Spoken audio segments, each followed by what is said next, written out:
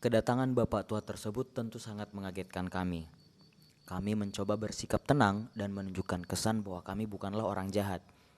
Baso memperkenalkan dirinya dan kami, serta menyampaikan maksud kedatangan kami. Wajah bapak tua tersebut mulai terlihat lebih santai. Ia berjalan ke ruang tengah dan menaiki tangga menuju lantai 2. Kami tak menyadari bahwa ada tangga di situ. Tak lama kemudian, ia turun dan mengajak kami keluar ke halaman. Ia duduk di sebuah batu bundar dan mulai bercerita. Rumah itu ditinggali oleh salah seorang pejabat Belanda yang bekerja pada perusahaan perkebunan teh di daerah itu. Ayah dan ibu bapak tua tersebut dulunya bekerja pada keluarga Belanda ini. Ia masih mengingat banyak hal karena sudah ikut ayahnya bekerja pada saat masih kecil. Setiap hari ayahnya membersihkan halaman dan seisi rumah, merawat taman dan menanam bunga. Ibunya memasak di dapur dan mengurus anak pejabat tersebut yang masih kecil. Ia menggambarkan pejabat perusahaan tersebut sebagai lelaki yang serius dan pendiam. Ia hanya akan berbicara kepada orang lain jika merasa perlu. Setiap pagi ia membaca koran yang harus ditaruh di meja teras bersama secangkir susu dan roti keju. Ia juga senang sekali menonton pacuan kuda di alun-alun kantor perusahaan. Seingat bapak tua tersebut, ia dan ayahnya pernah diajak menonton sebanyak 2 kali.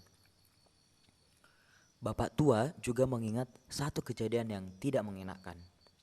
Waktu ia berbaring di kursi ruang tamu, sebab sangat kelelahan setelah membantu ayahnya memindahkan perabot-perabot rumah.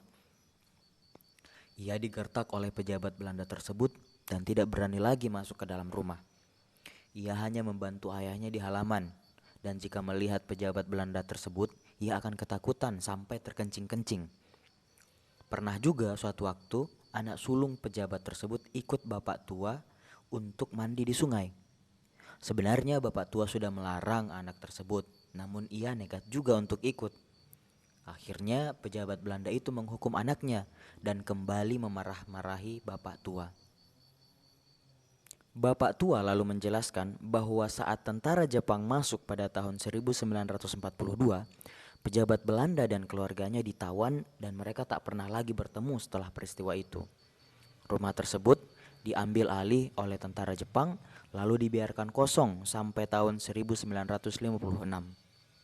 Pada akhir tahun 1956, rumah itu mulai ditinggali oleh salah seorang pejabat Partai Komunis Indonesia.